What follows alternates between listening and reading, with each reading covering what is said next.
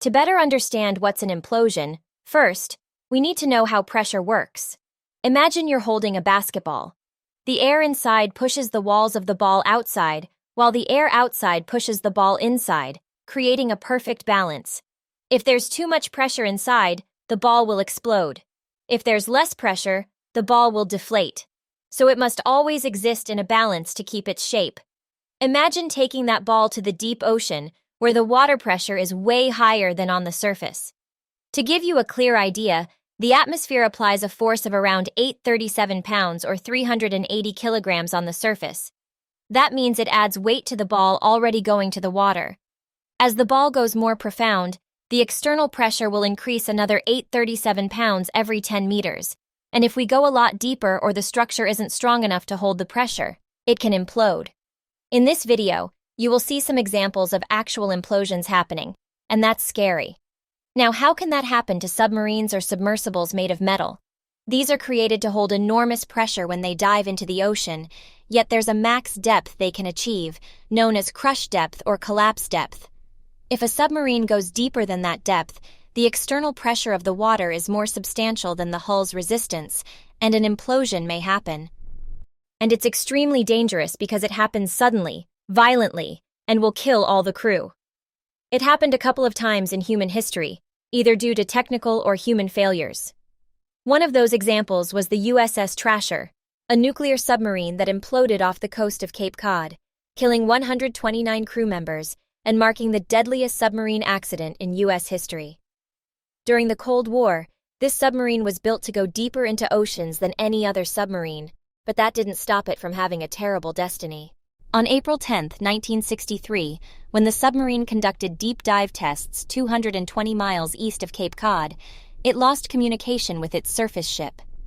2 days later, the Secretary of the U.S. Navy issued an official declaration that everyone inside the submarine died.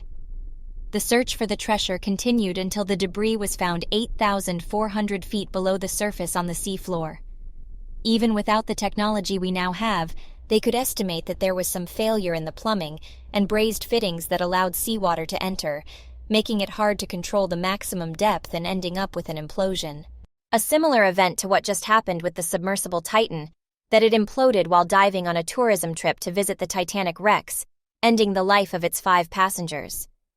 But through history, we have a couple more examples. Like the K-129 on March 8, 1968. This Golf II-class ballistic missile submarine sank in the Pacific Ocean due to an implosion created by design flaws and a catastrophic missile malfunction. This incident led to the death of 98 crew members. Or the K-8, on April 12, 1970, suffered a severe fire in one of its compartments while submerged in the Bay of Biscay, which also caused an implosion that led to the loss of 52 crew members. On August 30, 1983, another Soviet Union submarine called K-429 also lost 17 crew members when it suffered an explosion and implosion while submerged in the Barents Sea.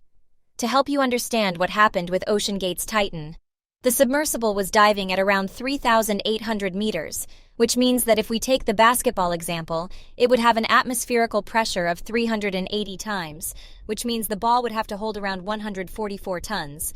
A simple ball would have to hold around 97,000 pounds, or 144,000 kilograms, which is insane. And usually, submarines are built with materials like steel or titanium to hold the pressure. Still, the Titan was built with carbon fiber and other materials that were not certified or tested properly. So now that you have an idea of how pressure and implosion work, let's look at real examples of implosion tests made on the surface. Remember that in the ocean, these would be 380 times stronger. Now imagine how strong these vessels have to be to hold this type of pressure and dive as deep as Titan wanted to dive. This is one of the reasons why more humans have been in space than in the ocean depths. By talking about that, watch this video where James Cameron, the filmmaker of Titanic and Avatar, and the record owner of the man who made the deeper solo dive in the world, goes through what happened to the Titan and why it imploded.